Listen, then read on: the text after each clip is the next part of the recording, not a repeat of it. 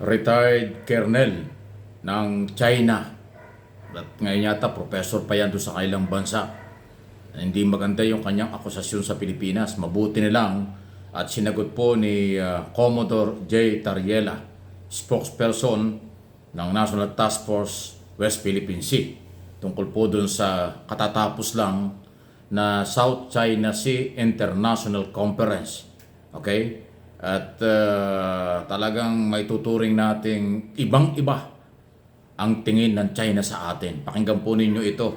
Mahalaga pong madinig po ninyo at kayo na rin ang makapagpapasya kung ano po ang inyong masasabi.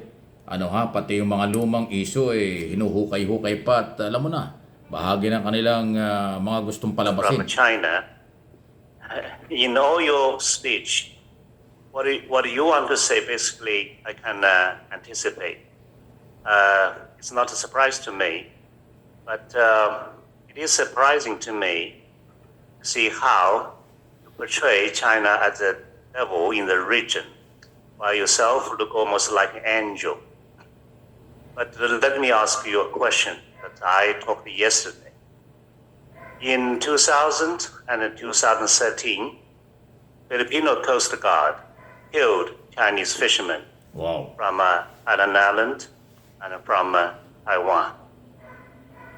Why were you so barbaric? Kill Chinese fishermen? And why a country that is never stronger militarily than China could behave so barbarically against the innocent Chinese fishermen? And is it because that you believe these fishermen are so innocent, so can do anything against them? And is it because the Chinese policy towards you at that time was so tolerant that we did nothing against you, so you could do that? So is it something that China should reflect to extend that we have to increase our presence with a stronger Coast Guard? Please tell me frankly. Wow. I'll be very frank in responding to your question. Thank you for using the word barbaric.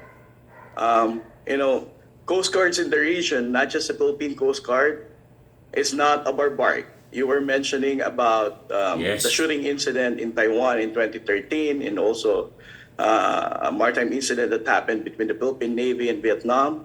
All of these were already diplomatically settled now. We now have established a good relationship with Taiwan and also with Vietnam. But here's the thing now.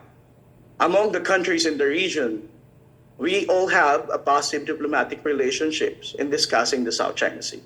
And all of these countries have issues with the China Coast Guard and the Chinese maritime militia pretending to be Chinese fishing vessels. You keep on mentioning the word barbarism. But as I said, we abide with the international rules-based order, with the images and videos that we have already presented to the international community, in which I know that the People's Republic of China is not really pleased. We have portrayed the word that you are saying, but I'm not going to use that against you. I think the transparency initiative that we have been espousing for the past months is a clear understanding of what the word barbarism is. Because Vietnam, Malaysia, Indonesia, and Philippines will always abide with the international rules-based order. I just don't know whether People's Republic of China is also willing to do the same. Thank you. Thank you very much, Ambassador. I would like to extend my gratitude to the Diplomatic Academy of Vietnam for... So, ayan o. Ang galing, di ba? Kumbaga sa hindi binaba ng Philippine Coast Guard through Commodore J. Tariela yung level ng usapan. Na tinawag tayong barbaric tayong mga Pilipino at ang Pilipinas. Grabe yung kernel na yun ng China, no? Ganun ang tingin sa atin. Pero sabi niya, sinabi mo yan, pero hindi tama yan, pero hindi ko gagamitin yan. Sabi ni Commodore Tariela, hindi ko yun sasabihin sa inyo. So, yun. Lumabas ang pagiging professional ng Philippine Coast Guard. Lumabas yung pagiging mahusay ang Pilipino sa ganyang klaseng conference na hindi gumagamit ng below the belt or maling or garapal na mga akusasyon. Issue lang. Ang galing, di ba? So, sapol dito yung kernel na yan ng, ang tawag dito, ng China. Mayroong maganda pang sinabi dyan eh. Extend my gratitude to the Diplomatic Academy of Ayan o, Vietnam si Tariela pa rin. for extending an invitation Kung to ano me. man po yung However, I posisyon must ng Coast Guard, express my pakinggan natin ito. sincere apologies for not being able to join you in Ayan, Hanoi. okay. Yun yung Before I proceed with my posisyon ng presentation, Philippine Coast Guard I would sa like isyu to ito. emphasize At that kung anong trabaho views ng that Coast I'll Guard, be ito po presenting yun. are solely based Magaling on ito my si academic Tariela. research Inilatag niya. and do not represent the official position of the Philippine government, particularly the Philippine Coast Guard and the National Task Force West Philippine Sea. As a scholar, I stand before you today, separate from my role as a Coast Guard officer. To contribute directly to the panel discussion, I would like to address the three guide questions mentioned in the panel's descriptive background. However, I will begin by addressing the question of how Coast Guards can be utilized for cooperation and peace in the South China Sea. As you all know, Coast Guards can play a crucial role in promoting cooperation and maintaining peace in the South China Sea, since it has mutual roles that largely affect the established maritime order, particularly in ensuring maritime safety, protecting the marine environment, and enforcing maritime laws.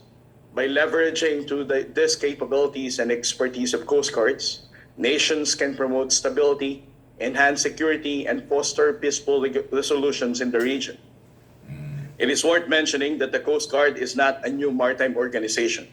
The birth of the Coast Guard goes way back during the early days of the United States state building as a revenue collector and during the commencement of international merchant shipping in Europe for the safety of life and property at sea. The Coast Guard's genesis can be traced back to the U.S. Coast Guard's history and Her Majesty's Coast Guard. Both of these maritime agencies are proof that it coexisted with the Navy but performed completely different mandates. Throughout the years, its mere role of tax collector and lifesaver had metamorphosed to a maritime constabulary unit that carries out the protection of the marine environment and enforcement of maritime laws. In other words, the Coast Guard had emerged as an agency different from that of the Navy that does not supplant the latter's territorial defense roles. This was the Coast Guard's origin, an agency that institutionalized its roles in maritime safety, maritime law enforcement, and marine environmental protection.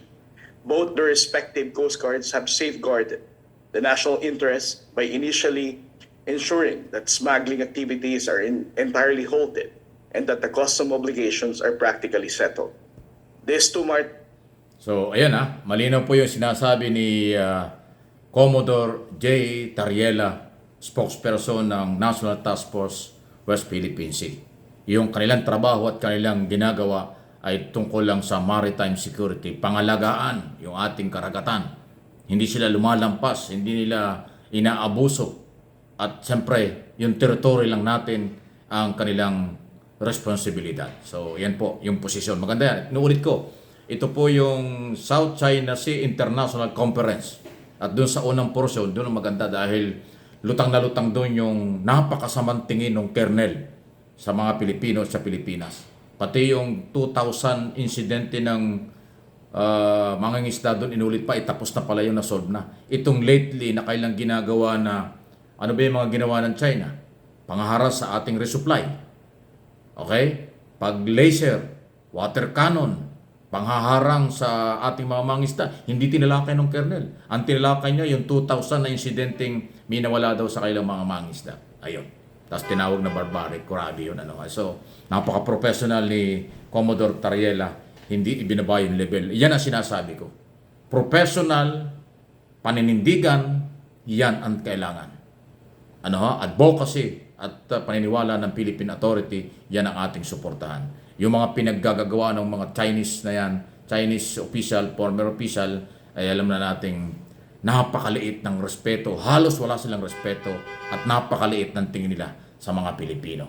Bahala na po kayo, mag-comment, react. Welcome sa Mike Abe Opinions